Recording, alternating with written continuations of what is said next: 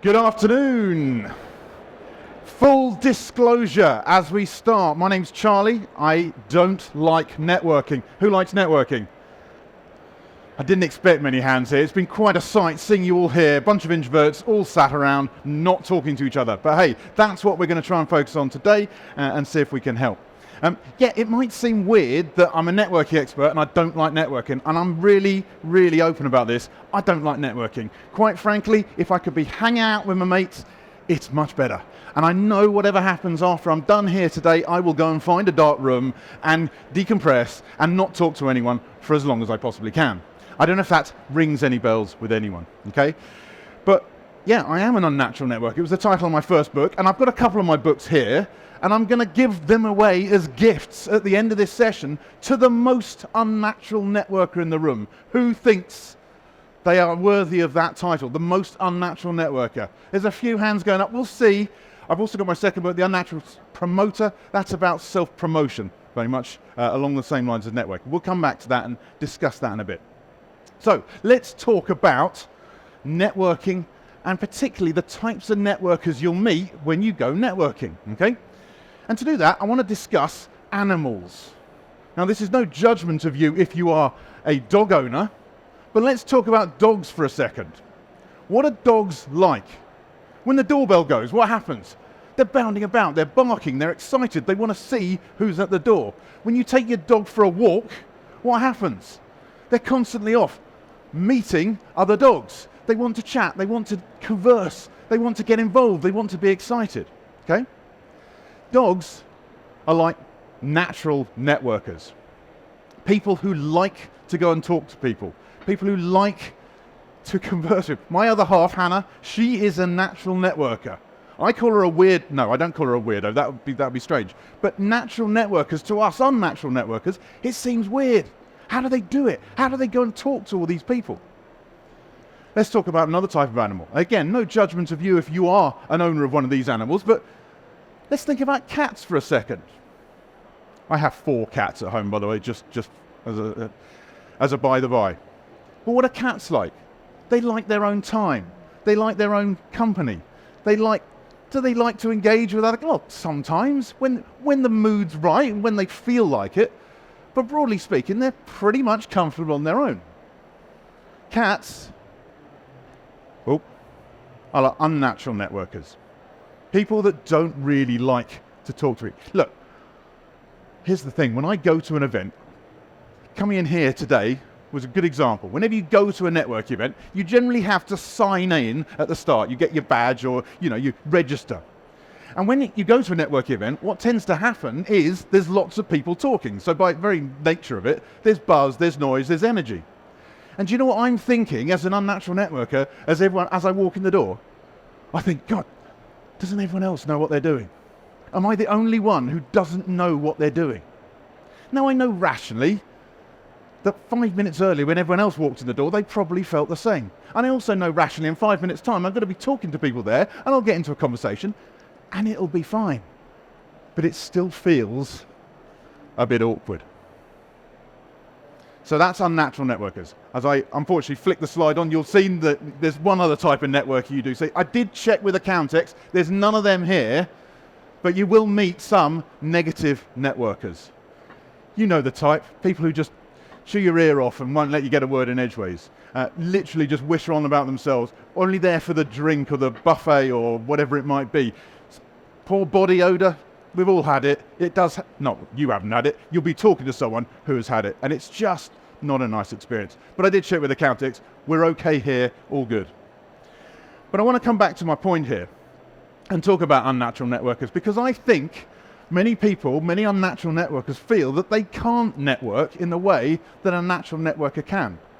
It reminds me of an old colleague of mine, Nicola. She was a natural networker, or as I say, weirdo as I like to call her. And when we go to an event, she'd be talking to everybody. She was like one of those cartoon characters, where you see the legs go round and round and round, and they're over here, and then round and round and round, and they go over here. And she would literally just talk to everyone. I just thought, how do you do that? I couldn't understand how you did it. And I comfort myself thinking, well, it's okay. She surely won't remember everybody there. But the next morning when we're in the office, she said, did you meet so-and-so? And she knew everyone, and she connected and I don't know how she did it. So I thought I could never be a good networker. How could I network if I couldn't do that? I mean, let's face it, I'm never going to do that, never. But I think that unnatural networkers actually have a secret superpower over those natural networkers. Because we feel a little bit awkward about it, because it's, you know, we take the step out of the comfort zone. We go and talk to someone. We get into a conversation. We have a nice conversation. I'm sure you'll all nod along to that. That's happened to you. But because then it feels scary to go and talk to someone else, what do? You stay in that conversation a little longer. And what happens when you stay in that conversation a little longer? You get to know people better. And actually, I think that unnatural networkers can be better networkers than natural networkers just because you're more prepared to spend time, a bit more time, with them getting to know them. Does that make sense? Cool. So what I'm going to do in this talk is give us 5 ways that you as accountants and bookkeepers can use your networking to build a better business. Does that sound like a good thing to do in the next half hour or so? Kind of hope so, because you're all sat here now anyway. Cool. So we'll start with a question. You can see there on the screen a typical networking scene. We've all been to events like that, haven't we? Okay? Question is, have you, and answer me, show of hands on this, have you ever been to a networking event looking to buy something? Have you? You have? Oh, there's always one that has. But most people don't go networking looking to buy something. Is that fair? But you do go networking and hear people, what? Selling. There's an immediate disconnect there, isn't there? If no one is there, maybe one, no one is there to buy, why is everyone selling? What's the point? Literally a waste of time. Who's ever been sold to at a networking event? You all have, haven't you? Who's ever connected with someone on LinkedIn and immediately, straight back, a direct message, are you interested in 20% off, special offer today, whatever it might be? We've all been sold to, and yet it's a complete waste of time. So, when we go networking, we've got to not think about selling. We've got to ditch that sales pitch. That's the first thing we've got to do. But I want to expand on that by asking you a question. In networking, do you think it's more about what you know or who you know? That's obvious, isn't it? It's who you know. But that's not right. In networking, obviously it's not about what you know. It has to be more about the who you know, but it's actually more about how well you know them. It's the depth of relationship that counts when it comes to networking, not the fact that you know them. And also beyond that, not only how well do you know them, but are they prepared to introduce you to the people that you want to be introduced to? Because when it comes down to it, as small business owners, as accountants and bookkeepers, we want to grow our practice, right? Yeah? Give me a nod at least that we're with me. So to do that, we need new clients. We need to be introduced to new potential possibilities, okay? So let's show you how this works. If you want to get referrals from your networking, we need a bit of maths. So we've got a graph. Who loves a graph? We all do, okay? 2 axes. First axis is time. Now that is not with any units of time. That is just time going forward. I'm not saying that's 1 week, 1 month, 1 year, 10 years, honestly. It's just time moving forward. On the vertical axis, you've got confidence. Now again, no axes because, well, I don't know what a unit of confidence looks like. But what this is saying is that if you are going to get referred to people and to potentially grow your practice, someone has got to have a minimum level of confidence in you that you're any good. Now, I'm not making any judgment of you're any good. You are very good. You're brilliant at what you do. But your networking contacts don't know that yet. So they need to have that minimum level of confidence in you. Where do you think you start on that scale of confidence? Down the bottom or up the top? Well, obviously down the bottom. Maybe not at the very bottom, because I think you can tell something about someone as soon as you meet them. How they're dressed, how they present themselves, how they start talking to you. So you're going to be somewhere near the bottom. And the curve looks like this. It starts slowly, continues slowly, and at some point, it shoots upwards. That confidence in you grows exponentially. The key is what happens there. That's where we've got trust that we're good.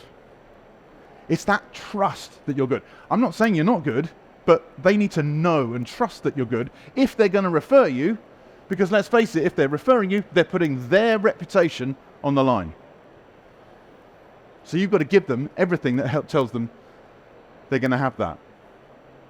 You then allows you to get different types of referrals. I call them tier 1 and tier 2 referrals. A tier 1 is where someone tries you out.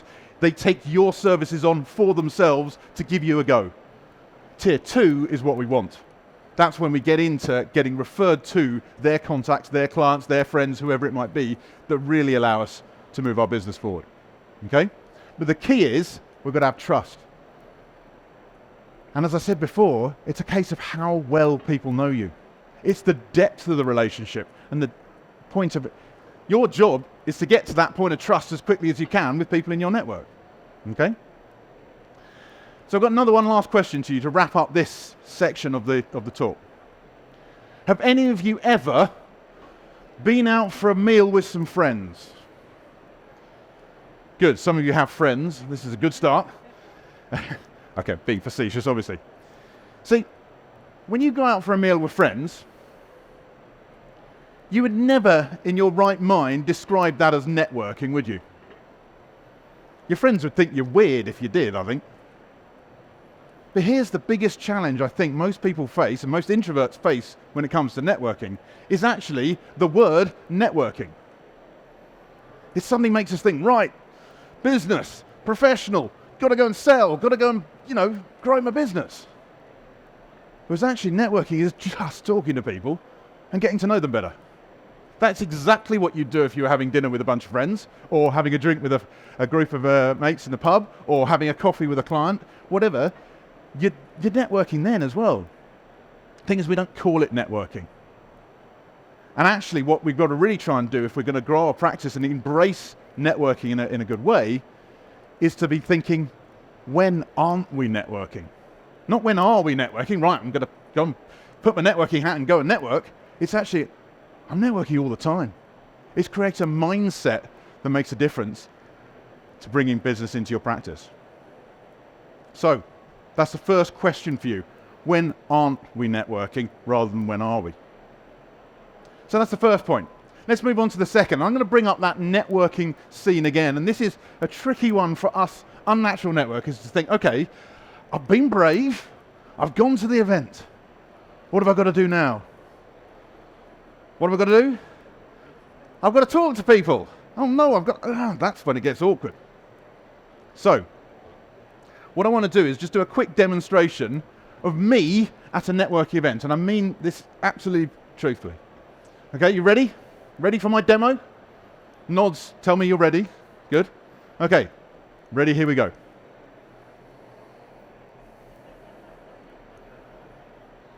I'm just checking my emails. Look, the smartphone. You might think it's a device to help you connect with your colleagues, to get online, to even make some calls sometime. But actually, no. The smartphone is a device to stop us unnatural networkers from looking like a lemon when no one's talking to us. How do I know this? Because I do it the whole time. And when you look at that networking scene behind you, you'll see that other people do it as well. So when you're thinking, who am I going to go and talk to? Sometimes the person holding their phone out, looking at their emails, is a great person to go to. Because here's the thing. They're not looking at their emails or playing Candy Crush or whatever it is they pretend to be doing.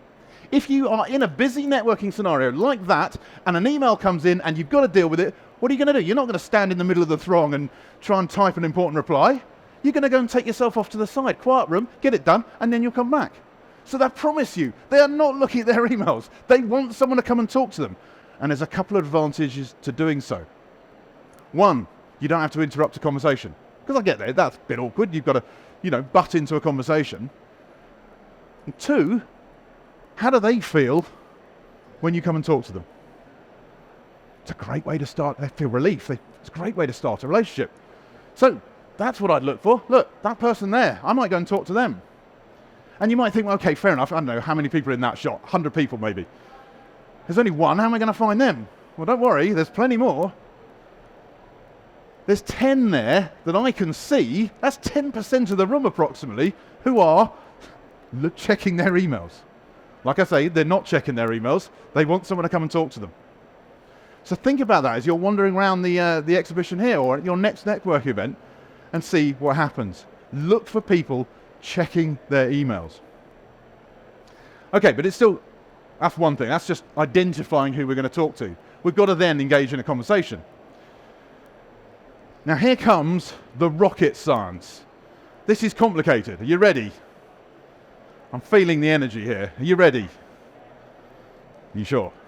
Okay. The rocket science bit is coming up. Hi, I'm Charlie. Do you mind if I join you? And I put the emphasis on, do you mind if I join you? If someone said, yes, I do mind, and this is someone stood on their own looking at their emails, what are you going to think? Okay, I don't really want to build a relationship with you. Anyway, no one's ever going to say that. Like I say, it's not rocket science in this case. Now, there is a slight challenge. I'm going to be slightly facetious with this, but there's a challenge here because your name might not be Charlie. So let's just cover this off quickly. So is your name Charlie? There's a little flow chart for you. If it is, yes, you can use that phrase. Hi, my name is Charlie. Do you mind if I join you? If it's no, well, do you want to start a relationship with someone and you just clearly lied to them? Probably not. So you can ask yourself another question. Yeah, if you're happy to do that, fine. Use hi, I'm Charlie. Do you mind if I join you? If no, well, are you planning to change your name to Charlie in the next few days? I don't know. Maybe you are. And in which case, yes, you can use hi, my name is Charlie. Look, I'm labouring this point to say it's easy. It's not rocket science. You don't have to overcomplicate this. Don't think you have to come up with some crazy line.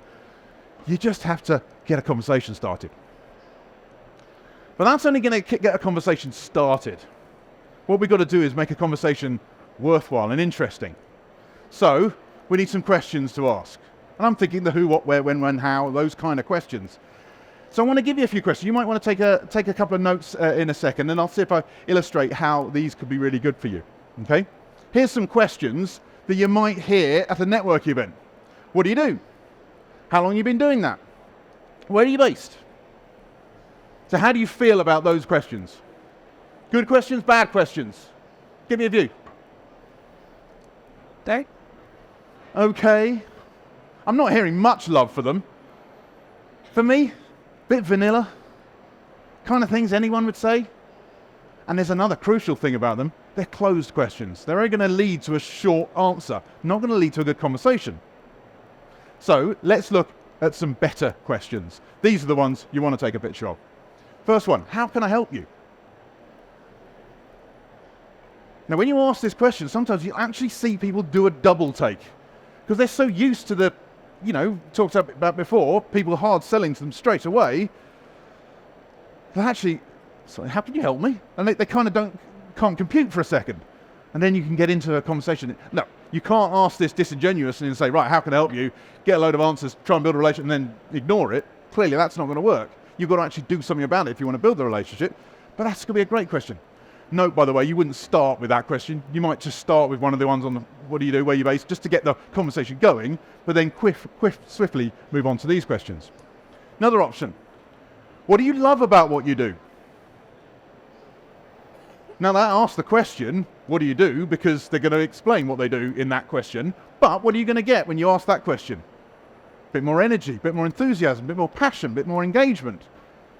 Find out what makes people tick. Find out their values if you, through that. And here's the best question that I ask at every person I ever meet at any networking event. What do you like to do when you're not working? Now, like I said before, a lot of people focus on networking and think, right, it's professional. Got to be ready for business. This is all about work. And yeah, you do want to be thinking about work, clearly. But here's the deal. We make connections with people based on human interactions, not based on their business. We'll get to know more about their business, but we make our judgments about people as humans. And actually, when you find out what people are into, a couple of things happen. Let me explain with a quick story. Networking contact I know. I can't say I'm best friends with him. I'm not known him forever. It's just someone I know in networking, okay? Guy called Steve, okay? Steve and I got together for a one-to-one over a coffee not so long ago, and it was one of those coffees that started with a coffee and then turned into a couple of drinks, and then we were kind of there for a while, okay? I'm sure you can understand that kind of interaction. And Steve was telling me about bits about his business and things that were going on, and I knew that he wanted an intro to a company that happened to be on the business park where my office was. And I'd seen this company's premises many times. I'd walked past it or driven past it on the way in, or when I was going to get a coffee, I'd walk past it, get him a lunch or whatever it might be. And I knew that this company was there, and I equated it with Steve almost because I'd heard him say it before. Anyway, in this one-to-one, over a coffee and then a few drinks, we stopped talking about his business and got into a discussion. No, let's call it for what it was. It was a full-on argument about whether Max Verstappen is the greatest Formula One driver of all time. Now at this point, you'll be thinking one of three things probably. One, yes he is, go Max Verstappen. Two, no he isn't, go insert name of other driver. Or three, probably the most likely, who the hell's Max Verstappen, and don't racing drivers just drive around in circles? And that's fine, doesn't matter, because that's not the point. Afterwards is what really counts, okay?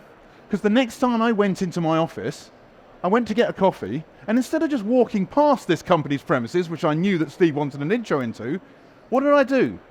I walked in.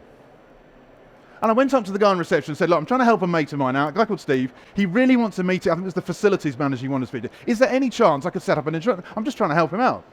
And you know what? He did. He called the facilities manager down, and I was able to arrange an introduction. I got him a referral. Now the key, and why I'm sharing this, is why did that happen, do you think? Why did that happen? It's because I knew stuff about him. I knew stuff about Steve that connected us. So when you ask that question, what do you like to do when you're not working? You'll find out stuff about people that connect you. Now it's great if you have a shared connection. We had a love of Formula One, not a love of the favourite driver, but we had a love of Formula One, so we could chat and we bonded over it. Sometimes when you ask this question, there will be no connection. True story, last week, chatting to a lady at a network event, asked this question, she tells me she's into crochet. And I'm like, I got nothing here. Literally less than nothing. But because she was passionate about her topic, because she loved it, you could see the energy in her. It helped us build a relationship just because she was passionate about it. And we ended up, I was flicking through her phone looking at all these quilts she'd made. I was like, wow, I've never done this before. A bit strange. But the point is, you'll either create a shared connection, brilliant, or you'll have a much more engaging conversation, which is more fun. So, great question to ask when you're networking. Right, let's look at another thing. We've covered off, that's just the mindset of networking, going in, get in the room and who you're going to talk to, and starting to have conversations. Let's look at another thing that will really make a difference for you as unnatural networkers. And it's a topic I talk about in my second book, The Unnatural Promoter. This is all about not being comfortable to self-promote. Does it feel awkward to shout about yourself sometimes? Yeah. So I'm going to do this by telling a little story. And I'm actually going to turn the screen off just for a sec and take this away from accountancy and bookkeeping, just take it to a different industry. This is about someone I know called Maria. And Maria told me this story that she'd been sat in her office at 5:45 on a Friday afternoon. And what are we doing at 5:45 on Friday afternoon? Are we proactively moving business forward? Are we thinking, right, what are we doing? Let's get active. No, definitely not. She had some mates coming over. They were going to have a takeaway. It was the standard discussion in there. Well, that certainly happens in my household. Are we going to have a Chinese? Or are we going to have an Indian tonight? That's where her mind was. Anyway, interrupting her takeaway dreaming was the phone. Phone rang. She picked it up. And there was a lady on the other end of the line who was very obviously upset. She was crying. You could tell that something had happened. Marie said, look, what's happened? How can I help? I should explain, she's in the travel business, okay? And what had happened was this lady had rung up because she was due to get married the next day on the Saturday, and then due to fly to the Caribbean on her honeymoon on the Sunday. The problem was, and the reason she was calling Marie was, All flights to the Caribbean were off. There was a strike or something. I don't know what was going on, but there were no flights. And she said, look, I know it's short notice, but is there anything you can do? Marie said, look, sorry to hear that.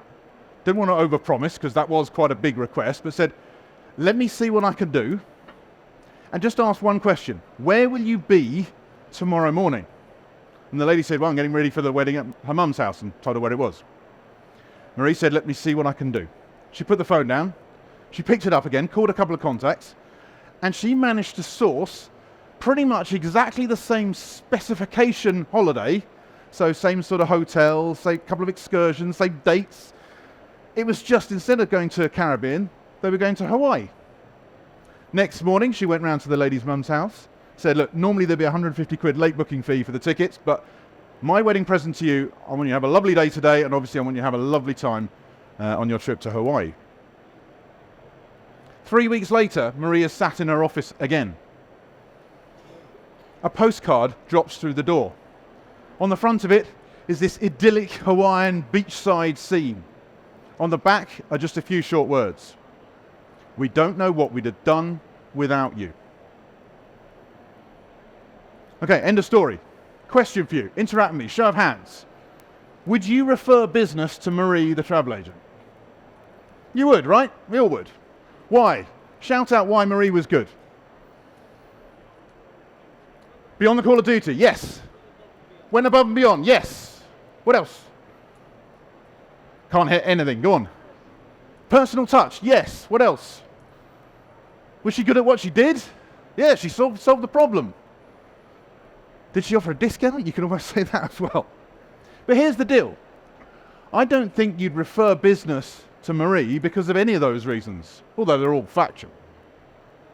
The actual reason you'd refer business to Marie is because I told you a story. It's the story that grabbed you. It's the story that made you go, wow, did the poor lady get to go on a honeymoon? As human beings, we just respond to that emotion. What's the message I'm trying to give here? When you're networking, what do you think you should be doing? Telling stories.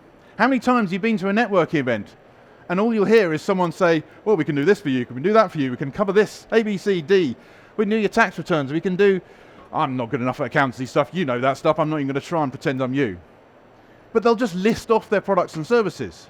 But actually what we want to do is talk about how we affect people. Okay? Now, I haven't got time to do this now. We've got a whole workshop on how to do this effectively. I wanted to share one bit of how to tell stories effectively. What we're trying to do is get some emotion in our story. Okay? Now, emotions can be a scary word for some of us, and we often think, right, emotion's got to be sad. It's got to be a sad story. It's the only emotion there is. Well, no, there's lots of emotions. There's happiness, there's jealousy, there's anger, there's all sorts of different emotions. And what you'll typically find is, when you're thinking about your clients, can you all picture your best client? All picturing your best client? Now go back in time to when they first contacted you, so when they became a prospect. Can you picture that moment? You've got to ask yourself, what was happening for them when they came to you? How did they feel? What was going on? Most clients, you'll be a story a bit like this. It starts off with, oh no, something's bad. I'm losing money, efficiency, time, whatever the problem is. You come in and do your stuff, and now they feel they've got more money, more time, more efficiency, making more profit, whatever it might be. Okay? We've got to think about that emotional arc of how stories work. And here's the challenge. When you often hear stories, you'll hear people share chapter and verse about how they help them with their accounts, doing their tax return, doing whatever it might be. We don't need to hear that. There's 3 sections to the story, okay? You've got the setup where you lay out the scene, you tell us what's happening, what's gonna, who the characters are, if you like. In this case, it's Marie in her office and this lady who can't go on a honeymoon. Then there's the what you did. Now, did I share very much at all about what Marie actually did? No, I think I just said she made a couple of calls. She sorted it out, that's it. But then we hear about the afters. What are the afters? That's what you buy when you buy a product. We don't tend to buy the product for the product's sake, we buy what it gives us. We don't buy glasses, we buy sight. We don't buy light bulbs, we buy light. It's what the product gives us. You don't sell bookkeeping and accountancy services, you sell peace of mind, maybe. You've got to think about what you're selling. The key is, what you often see is with these stories, is the wrong weightings here. You'll see a lot of it focus on the what I did, because that's the bit we're good at. We know about that. But what this talks about, in terms of self-promotion, is actually, if you don't feel comfortable talking about what you do, talk about what your clients think of you. Because then it's not you talking about yourself, it's your clients saying stuff about you. This is how I weight, and I'm going to put this in percentage form, the importance of each of these three sections. The setup where you lay it all out. And I'm very precise about this, you'll see, 47.5%. I know you'll like that as accountants and bookkeepers, definitely. I'll come to what you did in a second. I'll give you the importance of the afters as well. 47.5%. That's right, maths fans. That bit is really not important at all. Sorry. It's only 5% of our inputs. I'm sure it's going to come up again soon. If I press it, it's going to go on again. There we are. It's not important. Because can I say something controversial? Give me permission. Can I say something controversial? What you do is really boring. And I don't just say that as a non-accountant. What you do is really boring from a storytelling point of view. We don't need to hear about what you do when it comes to networking. We just want to hear how your clients feel. Do they feel worried, upset, thinking there's an issue before you came along? You swoop in and save the day. You're just the superhero. You swoop in and save the day, and then how do they feel after you went away? Or with your continuing service, maybe. How do you feel about that? Cool. One last thing then to talk about in terms of network effectively. We've talked about the mindset of it. We've talked about getting into a conversation. We've talked about having good conversations. We've talked about how you might create some emotion and share stories about your clients. 4 things so far. Let's talk about one more. Let's talk about follow-up. Now, follow-up is this slightly scary concept when it comes to networking. We kind of know we should do it, but does it always happen? The nervous shaking of the head here, very honest, thank you, appreciate it. It doesn't always happen, and I don't really know why, and it's a chance for us unnatural networkers to move a step ahead, okay? Because let's just talk about what follow-up is, firstly. First thing is, it's doing what you said you're going to do. So whatever you said you were going to do in a conversation at a networking session, so you might have met people here, and you said you'd send them an email, or you'd connect on LinkedIn, or you'd meet for a coffee. Doesn't matter what it is, just do it. That's all follow-up is. Just do what you said you're going to do. But here's why it's important. If you weren't to, let's say you agreed to meet for a coffee. If you weren't to then arrange to meet for a coffee, what would that other person think? Would it put a question mark in their mind as to whether this person is someone I want to deal with? Maybe that's a bit strong. But bear in mind, you've only met them for the first time here. They know nothing more about you than the conversation they've had. So, follow-up is really your first test of credibility. It's testing, remember what we said earlier? They need to get to that point of trust. They're testing out whether you're any good. They're testing out whether, literally, you're going to do what you said you're going to do. And as I say, I think this is an area that unnatural networkers can be really good with. Remember unnatural networkers revolving around like a cartoon character, talking to here, there, everyone. That could create them a list of 30 people they've got to follow up with. Does that always happen? Being realistic, no, it doesn't. I'm not saying that every natural networker doesn't follow up, definitely. But there's a risk that it doesn't. Us as unnatural networkers, well, we've spoken to 3 people. Because that's a bit scary, and we can only cope with 3. But we've only got 3 people to remember what we've got to do with. So we can build that relationship and continue to demonstrate that we are who we say we are, and that we're credible, and we want to help them moving forward. And what really is follow up about? Really? It's about having a cup of coffee with people. Now that could be real, it could be virtual, other drinks are available. You know, obviously in a post-pandemic world, we're all on Zoom, Teams, whatever it is. You can do it virtually if you're geographically remote. You can sit in the same coffee shop if whatever. But sitting down with someone on a one-on-one basis is the way to build real relationships when it comes to networking. You can't do it at the big events. You can start, sure. But you've got to be getting FaceTime with people. You've got to not be interrupted. You want to spend time with people. So it's all about having a cup of coffee.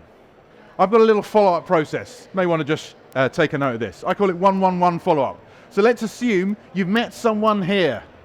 Has anyone met someone new who's a good contact for their business here? Anyone? A couple of you have? Good. This could be a good process for you to follow, okay? 111 stands for 1 day, 1 week, and 1 month, okay? 1 day, what are you going to do? Connect with them on a social platform of your choice. I would suggest LinkedIn. Other platforms are available. You can use whatever's right for you. LinkedIn is a good place to do it though, obviously. Okay? So connect with them on LinkedIn. What are we not going to do when we connect with them on LinkedIn? What was our first point? We're not going to sell to them. We're going to look to build a relationship. We want to just continue the process of building a relationship. What are we going to do in a week? Well, that's where I like to not just connect with them, but actually engage with them properly. During that week, I want to comment on a post, possibly, or I want to send them an email or a LinkedIn direct message where we really try and help each other. I might say something, look, we're now connected on LinkedIn. If there's any of my contacts who you'd be interested in an introduction to, I'd be happy to help if I possibly can. Show that you're willing to help. We're not selling to them. And what are we going to do after a month? Not hard and fast dates, by the way. It doesn't matter if it's within that time. What we're going to do within a month is look to have that cup of coffee, real or virtual. That's when you really want to spend time with them and build the relationship properly. Again, what are we not going to do in that coffee period? Sell to them. Whatever you do, don't sell. That might seem strange. That might seem weird. But remember, no one came networking with the intention of buying anything. So how are we feeling about networking now? Ready to go and attack Excel, Accountex? Well, you're really not, but there we are. Just before I go, I've got a couple of things to do. One is, if you'd like to test out how good a networker you are, please take my little quiz. I have a quiz. Who doesn't love a quiz? We all love a quiz. How good at networking are you? I'll stand over here so I'm not blocking you. You will get a personalized score at how good you are at networking. I'll give you the small print. You will get added to my email list. I don't take it personally if you want to unsubscribe. That's fine. You can get your score. You'll get a personalized report, a couple of tips for you on how you can network better. So I'll leave that up there so you can do that. But we also have to decide who's our most unnatural networker. Anyone want to really claim these? I think we've got one nomination over here. What's your name, sir? John. I think you're the most unnatural networker in the room. Thank you. There you go. And who else was over here claiming? Who was claiming? Cool. These people don't normally put their hands up, but because you put your hand up, you're going to get a copy too. There you go. Pleasure. Folks, that's all I've got time for. Do the quiz. Let me know how you get on. I will happy to help. If you've got any questions, come and talk to me. I'm here to help in any way I possibly can. But thank you very much. Been great to be here.